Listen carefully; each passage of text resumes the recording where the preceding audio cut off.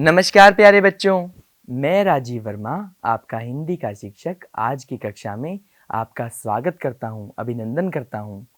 मैं उम्मीद करता हूं कि आप सभी स्वस्थ और अच्छे होंगे। प्यारे बच्चों, क्या आपको कविताएं पढ़ना और सुनना पसंद है?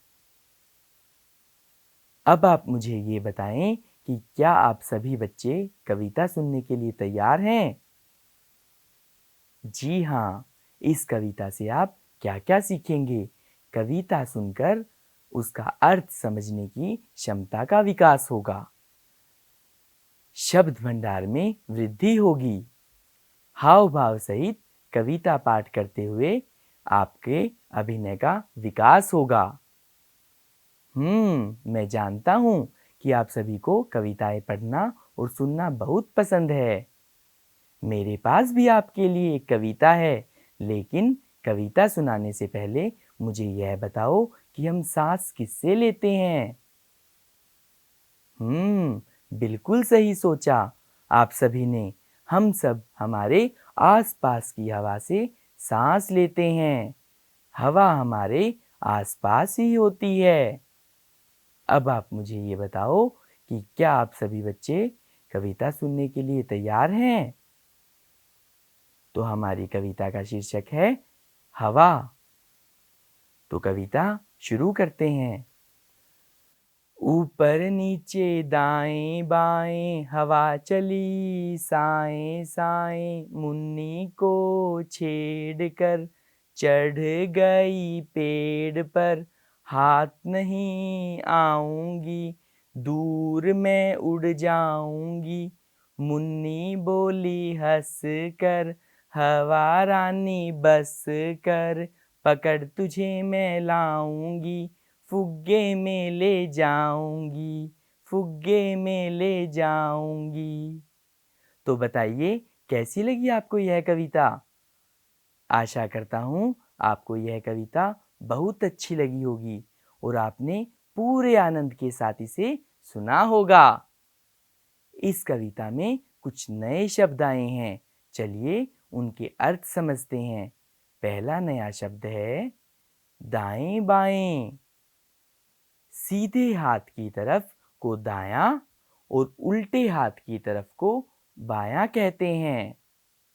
दूसरा नया शब्द है साएं साएं। इसका अर्थ है हवा की गति से पैदा होने वाली आवाज। अगला नया शब्द है फुग्गा। क्या आप जानते हैं फुग्गा किसे कहते हैं? गुब्बारे को फुग्गा कहते हैं। अच्छा, प्रिय विद्यार्थियों, आप मुझे बताइए कि आप गुब्बारे से खेलते हो? हाँ, अब आगे बढ़ते हैं। प्यारे बच्चों, क्या आप सभी अनुमान लगा सकते हैं कि कविता में मुख्य तौर पर किसके बारे में बताया गया है? जी हाँ, बिल्कुल सही बताया आपने।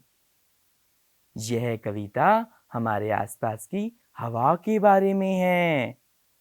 अच्छा बच्चों, इस कविता में एक पंक्ति आई है, ऊपर नीचे दाएं बाएं। इस वाक्य में ऊपर शब्द का उल्टा नीचे दिया गया है। बच्चों, इस तरह से उल्टा शब्द बताने वाले शब्दों को विलोम शब्द कहते हैं। आइए अब हम कविता में आए दूसरे शब्दों के विलोम शब्दों को पढ़ते हैं। पहला शब्द है दाएं। इसका विलोम शब्द है बाएं। दूसरा शब्द है आऊंगी। इसका विलोम शब्द है जाऊंगी। तो प्रिय छात्रों, अब हम एक प्रश्न के माध्यम से एक बार इस कविता की पुनरावृत्ति करते हैं। पहला प्रश्न है, हवा कहाँ कहाँ चल रही थी? सोचो, सोचो। आप सभी ने सही उत्तर सोचा है। अगला प्रश्न है, हवा मुन्नी को छेड़कर कहाँ चढ़ गई? बिल्कुल सही जवाब। अब अगला प्रश्न है, मुन्नी हवा को कैसे पकड़ कर ले जाने के लिए बोल रही थी? सभी बच्चे पुस्तक में दिए गए इस चित्र को देखकर बताएंगे कि मुन्नी के आसपास क्या क्या है।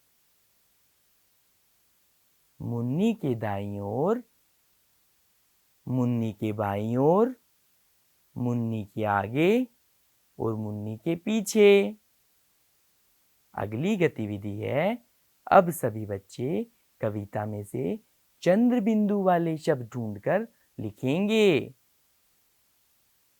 शब्द है दाएं, बाएं, साएं, आऊंगी, जाऊंगी, हंसकर और लाऊंगी। इसी के साथ अब हम कविता के अंत में आ गए हैं। मुझे उम्मीद है कि आप सभी के लिए यह कविता मज़ेदार और ज्ञानवर्धक रही होगी। अब आप सब इस कविता को एक बार ध्यानपूर्वक पढ़िएगा। तो मैं विदा लेता हूँ। मिलेंगे अगले पाठ में एक नई कविता के साथ। आप सभी का बहुत बहुत धन्यवाद। नमस्कार।